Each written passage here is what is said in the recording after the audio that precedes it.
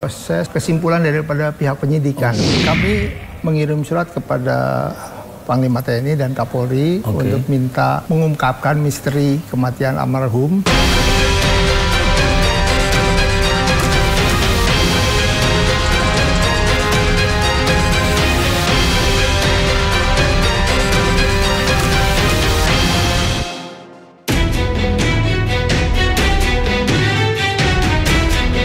Keluarga Arya Daru Pangayunan membuat permintaan agar penyelidikan kematian ADP dilanjutkan. Keluarga meminta keadilan kepada pemerintah agar pengusutan kasus kematian sang diplomat muda dilanjutkan hingga tuntas. Menanggapi hal itu, pihak TNI menyatakan siap membantu. TNI kini menunggu permintaan resmi pihak keluarga ADP soal bantuan penyelidikan. Menerima informasi itu ya baik secara resmi maupun lisan tentang permintaan bantuan itu ya tentunya kalau memang diminta bantuan ya kita siap, tapi nanti tergantung lagi apa kemampuan TNI yang bisa diperbantukan untuk itu ya.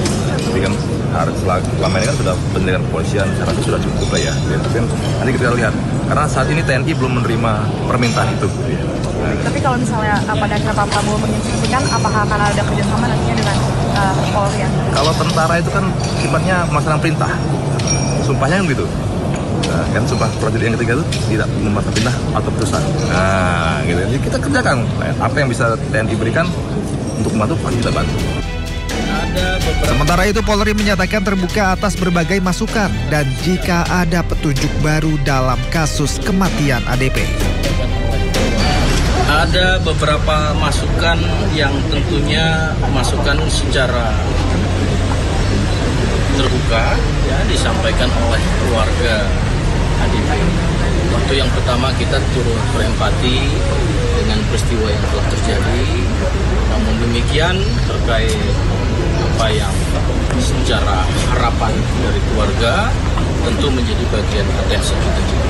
Ya, mari kita sama-sama berempati. Tentu apa-apa yang menjadi petunjuk ini tentu menjadi suatu landasan apakah ini memang merupakan temuan baru, ya, apakah perkembangan baru, ataukah sifatnya secara komprehensif bisa menjadi bagian daripada kelengkapan proses penyelidikan pada tahap pertama. Tentunya kita sama-sama semua berempati, ini menjadi kita hargai, ya, kita hargai bersama dan harapannya semua apa yang kita lakukan ini mendasari pada keilmiahan, kemudian juga mendasari pada informasi-informasi yang juga akan diberikan nanti sama keluarga. Ini bagian daripada penyelidikan. Berdasarkan hasil gelar perkara pada 29 Juli lalu, polisi menyimpulkan kematian Arya Daru tidak melibatkan pihak lain.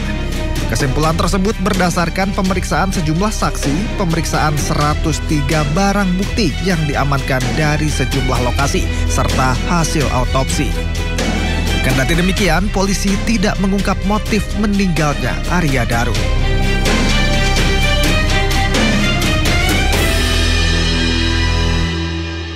Ya pemirsa, misteri kematian diplomat Arya sampai sekarang masih terus bergulir setelah keluarga menunjuk penasihat hukum.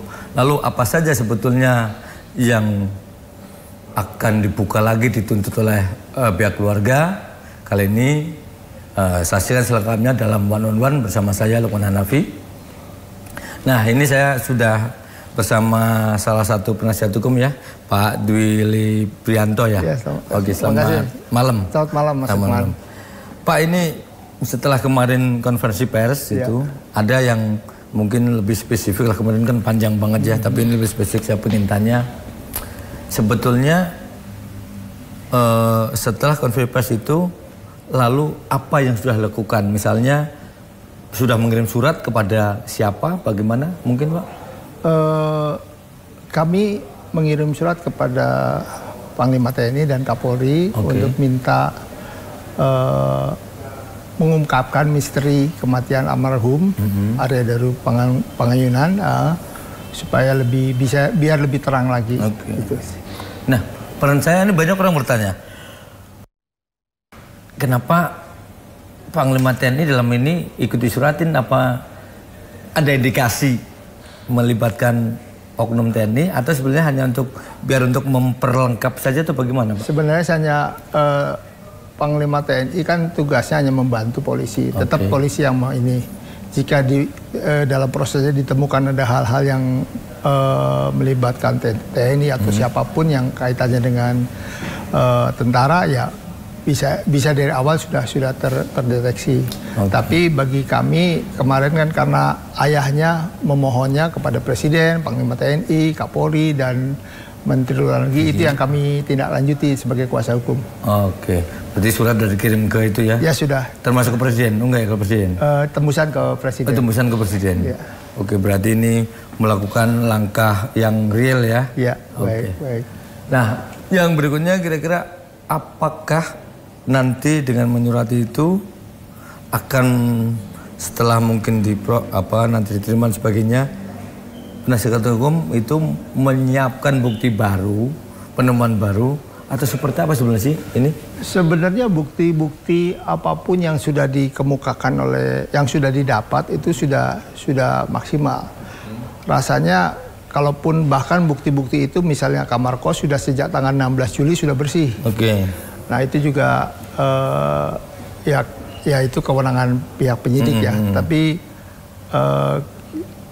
kita sudah gak bisa menemukan apapun di kamar kos lagi. Nah, lalu kami hanya ingin memperdalam kembali apapun yang sudah dilakukan oleh kepolisian. Kami membantu mereka untuk apalagi yang bisa kami bantu untuk bisa mengungkapkan ini, karena menurut kami apa yang kenapa begitu cepat diumumkan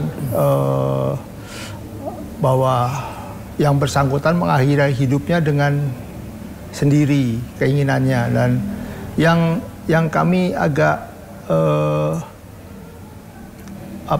kesimpulan bahwa Arya Daru itu mengalami burnout. Jadi itu kejadian yang membuat dirinya mengakhiri diri sendiri. Nah itu dalam waktu jam 9 ke bawah sampai itu kita tidak pernah melihat gelagatnya yang bersangkutan. Tidak ada gelagat sama sekali dia mau melakukan bunuh diri ataupun dalam konteksnya namanya burnout supaya dia mau mengakhiri diri sendiri. Dan itu yang kenapa harus diputuskan atau disimpulkan seperti itu. Daluarsa daripada penyelidikan ini terhadap orang yang meninggal lebih dari 10 tahun. Biarkan ini berjalan gitu loh. Jangan dipaksakan. Menurut kami ada sesuatu yang dipaksakan harus diputus gitu. Kenapa misalnya psikologi forensik bisa teliti lebih lama, tanya ke keluarganya, tanya ke orang tuanya, tanya kepada lingkungannya, kantornya. Ada beberapa lingkungan kantor sudah ditanya, tapi nggak semua, hanya 2 orang. Lalu kan itu membuat kesimpulan bahwa yang bersangkutan mengalami burnout pada saat kejadian, dia sampai kos sekitar jam 11-an ya. Kalau dari diruntut ditemukannya mayat ya sekitar jam 8, jam 7, itu menurut itu 8 jam kalau nggak salah. 8 jam dia sudah meninggal. Itu kan sekitar jam segitu juga, sekitar tengah malam. Apa begitu cepatnya dia mengalami burnout? Itu yang kami bukan mau menafikan apapun yang sudah dilakukan polisi. Kami salut polisi melakukan pekerjaan yang benar. Tapi kenapa harus disimpulkan begitu cepat? Menurut kami ini prematur gitu loh, kesimpulan yang ini. Teliti lebih dalam. Kita tidak menuntut harus misalnya kalaupun ada kejadian terbunuhnya Daru oleh seseorang atau pihak lain, pelakunya enggak. Kami hanya ingin apakah memang benar Daru mengakhiri hidupnya dengan sendiri? Itu aja. Tadi Bapak menyampaikan bahwa ini istilahnya yang ditanya itu saya mendengarnya kalau salah dikoreksi, kurang itu pendapat yang ditanya tentang untuk burnout ini. Si rekan kantor itu hanya 2 orang. Keluarga tadi yang saya dengar enggak. Tidak, gitu ya? Tidak ada. Jadi nggak ada misalnya bertanya kepada keluarga ini selama ini seperti apa suratnya bla bla itu nggak ada sama sekali. Nggak ada. Yang saya tahu yang saya informasikan ini tidak ada. Jadi meneliti sikap seseorang itu dalam waktu itu kan perlu penelaahan paling tidak 6 bulan menyatakan bahwa dia depresi atau dia akan mengalami burnout dan sebagainya. Nah itu kemarin kalau dari Bapak kan sekarang udah di penasihat hukum, mungkin kan barangkali ketika setelah press release ke polisi barangkali memberikan informasi apa ke keluarga barangkali ya, kan saya tidak tahu nih apakah mereka misalnya ada itu dari mana yang keterangan-keterangan itu, siapa sih yang ditanya bahwa sampai penyidik bisa menyimpulkan burnout itu? Kalau saya baca dari apa yang dipaparkan oleh keluarga, karena sampai saat ini kami belum pernah menerima hasil daripada proses kesimpulan daripada pihak penyidikan. Kami tidak ada hal yang tertulis. Kami memang dilibatkan, ada beberapa keluarga dilibatkan dalam proses itu, tapi kami sampai sekarang tidak pernah terlibat ini. Itu akan saya mintakan kepada pihak penyidik, kita akan diskusi apa yang bisa saya support terhadap ini. Tapi dalam prosesnya itu terlalu singkat gitu loh. Jadi dan baru pada hari kejadian tanggal 7 itu benar-benar dalam suatu situasi yang sangat gembira, sangat ini. Memang setelah ketemu dengan pihak ada 2 orang saksi, itu Farah dengan Dion, lalu dia naik taksi. Nah itu sudah mulai gelagatnya. Di taksi masuk saksi, lalu dia merasa tidak nyaman di situ. Saya nggak tahu ada apa perasaan, tapi dia tengok kiri, tengok kanan di dalam, terus dia menyebutkan yang pertama kali dia minta adalah ke bandara. Lalu berubah lagi ke kosan. Lalu berubah lagi ke kantor. Ini ada apa gitu loh. Sambil dia nengok belakang gitu loh. Nah itu yang kami lihat dalam kesaksiannya supir taksi. Saya dengar dari keluarga, dia menyatakan seperti itu, karena saya nggak ikut dalam. Saya dengar keluarga seperti itu. Nah, ketakutan ini, apakah Daru itu ke Deplu untuk mengamankan sendiri? Nah, apakah dia pada saat bawa ransel, bawa laptop, apapun yang keperluannya, kenapa ditinggal? Sebentar. Siap. Itu artinya berarti naik taksi itu sama siapa? Sendiri? Sendiri. Nah saat naik taksi itu berdasarkan keterangan supir itu ya, si Daru ini naik taksi sudah ketakutan, tidak nyaman lah. Iya, nyaman, celung gitu kayak orang ketakutan gitu ya. Ya ketakutan apa-apa saya nggak tahu, tapi dia dari tujuannya aja berobat. Awalnya ke bandara, lalu bilang ke kosan, lalu bilang ke mana, ke Deplu. Nah itu yang ada apa gitu loh. Dugaan kami sebagai penasihat itu, dia mau mengamankan diri. Dia tinggal ke atas, mungkin lihat atau ada orang atau apa, saya nggak tahu. Tapi ya itu yang kami dapat itu sih. Nah itu yang mau saya sharing dengan pihak penyidik. Nah berarti apa itu kan dari GI yang tadi katanya ke bandara, ke kosan, ke kantor kan gitu. Di taksi itu berapa di permintaannya? Kan dia terus kalau versi kemarin ketika Polda merilis kan sampai di kantor Kemenlu, terus naik ke rooftop kan gitu ya versi sono. Pertanyaan saya, ada nggak juga yang istri tahu atau dapat keterangan misalnya dari mana lah, dari penyidik atau apa, ini loh kesaksian itu kan, katakan saya anggap itu sopir yang dari GI sampai Kemenlu.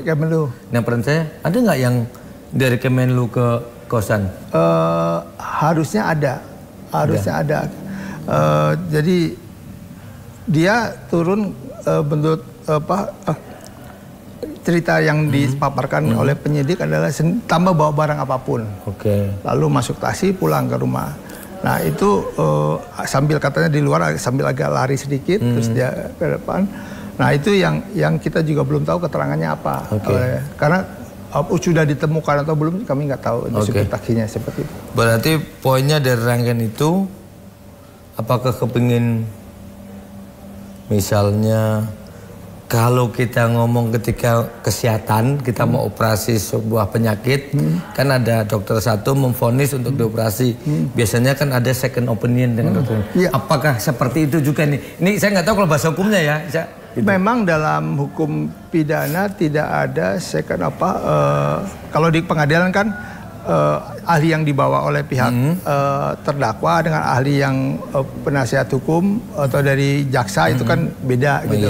Apakah kita mencoba untuk bisa menghadirkan ahli lain kalau memang diperkenankan oleh penyidik untuk supaya biar jelas karena ini kan menyimpulkan bahwa yang bersangkutan melakukan suicide atau bunuh diri dengan cara burnout gitulah. Ya itu yang kita mau coba.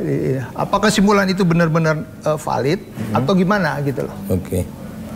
Baik kalau gitu. Nah sebelum sampai GI, saya juga penasaran nih, saya ngedenger katanya sebenarnya rangkaiannya sebelum GI juga sempat ada acara makan siang atau apalah gitu sama dua temen itu si Farah sama Dion kan. Saya dengar nih, tapi saya konfirmasi tapi jangan jawab dulu. Pak Dwi, jangan kemana-mana pemirsa, kita akan kembali usai jeda yang satu ini.